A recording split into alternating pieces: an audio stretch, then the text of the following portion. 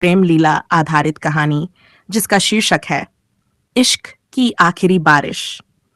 ये एक काल्पनिक प्रेम कथा है जिसमें भावनाएं, वियोग, मिलन और आत्मा की गहराई से जुड़ी हुई प्रेम लीला को दर्शाया गया है। इश्क की आखिरी बारिला जो समय को भी पिघला दे।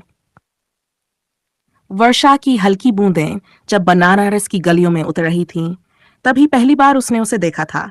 सावन का महीना था, घाटों पर भीड़ थी और रजनीश अपने कैमरे के लेंस से घाटों की आत्मा को कैद करने में मगन था। तभी गंगा आरती के समय एक सफेद साड़ी रजनीश ने एक दिन पूछा, हाँ, खुद का। मैं खुद को खो चुकी हूं कहीं। नीरा की आवाज में एक टूटन थी। रजनीश को महसूस हुआ कि उसका प्यार अब सिर्फ आकर्षण नहीं रहा। वो नीरा को जोड़ना चाहता था, उसके टूटे हिस्सों को फिर से समेटना चाहता था। भाग 3।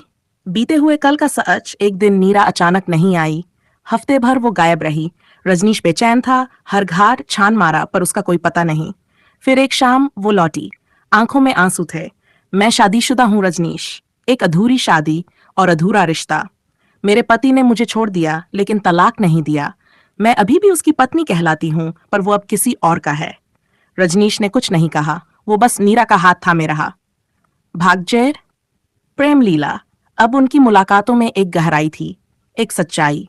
समाज की नजरों में वो साथ नहीं थे लेकिन आत्मा से एक दूसरे के हो चुके थे। रजनीश की तस्वीरों में अब सिर्फ नीरा थी। उसकी हंसी, उसका रोना, उसकी चुप्पी, उसकी चाल, हर चीज को वो एक लीला की तरह कैद करता। नीरा कहती, तुम्हारी तस्वीरें मेरी आत्मा की परछाई हैं। एक रात बारिश हो रही थी। नीरा ने रजनीश को गले लगा लिया और बोली, अगर ये आखिरी बारिश हो हमारी जिंदगी की तो भी मैं शिकायत नहीं करूंगी। मैंने इश्क को तुम्हारी आंखों से देखा है। लेकिन जीवन एक लीला है और प्रेम लीला कभी सरल नहीं होती। नीरा का पति अचानक वापस आया। उसे अब नीरा की जरूरत थी। कारण कुछ भी हो, शायद समाज का डर या कोई और वजह। नीरा ने रजनीश से मिलना बंद कर दिया। उसका फोन बंद, रजनीश टूट गया। उसने बनारस छोड़ने का फैसला किया। आखिरी बार वो घाट पर गया, वही जगह जहां उसने पहली बार नीरा को देखा था। वहां नीरा का एक पत्र रखा था, उसकी सबसे पसंदीदा किताब के भीतर। रजनीश, तुम्हारे साथ बिताया हर पल मेरे जीवन की सबसे सुंदर लीला थी। मैं तुम्हें भूल नहीं पाऊंगी, लेकिन समाज की बेड़ियों में जकड़े इस शरीर को तुम्हारा साथ नहीं मिल सकता।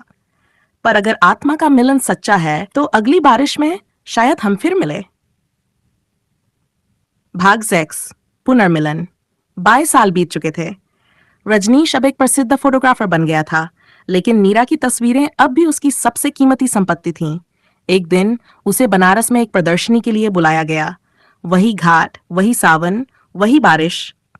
वो 80 घाट पर खड़ा था जब किसी ने पीछे से कहा, अब भी तस्वीरों में आत्मा दिखती है। रजनीश पलटा। नीरा खड़ी थी, सफेद साड़ी में, भीगी हुई, मुस्कुराती हुई। मैं आजाद हूं अब, उसने कहा, और अब सिर्फ तुम्हारी हूं। रजनीश की आंखें भर आईं। इस बार बारिश गवाह थी उनके पुनर्मिलन की। समाप्ति की आखिरी बारिश। प्रेम लीला वही होती है जो आत्मा से बंध है। देह की सीमाएं, समाज की बंदिशें सब बेमानी हो जाती हैं जब दो आत्माएं एक दूसरे की ओर चल पड़ती हैं। नीरा और रजनीश की प्रेम कहानी यही थी, बारिश में भीगी एक सच्ची आत्मीय यात्रा। अगर आप चाहें तो इस कहानी को PDF या डॉक्यूमेंट में सेव कर सकता हूं, या इसमें कुछ और अध्याय भी जोड़ सकता हूं।